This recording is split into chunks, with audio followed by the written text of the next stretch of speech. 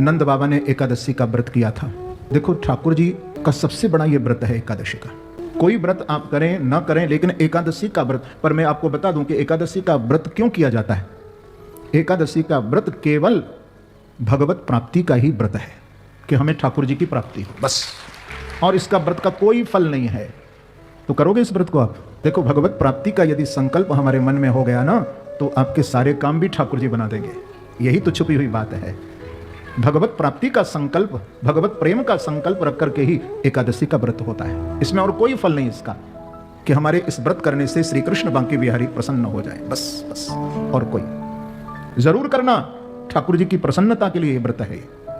और व्रत एकादशी, एकादश का अर्थ होता है 11।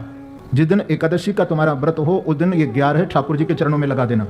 पंच ज्ञानेंद्रियां और पंच कर्मेंद्रियां और 11वां मन, बस।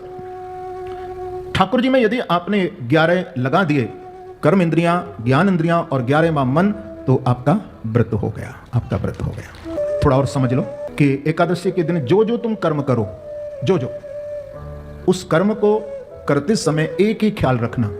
क्या ख्याल रखना है? कि मैं ये जो काम कर रहा हूं, कार्य कर रहा हूं, ये बिहारी जी की प्रसन्नता के लिए कर रहा हूं। क्या क्या बोलो, किसकी प्रसन्नता के लिए? बिहारी जी की प्रसन्नता के लिए, ठाकुर जी की प्रसन्नता के लिए।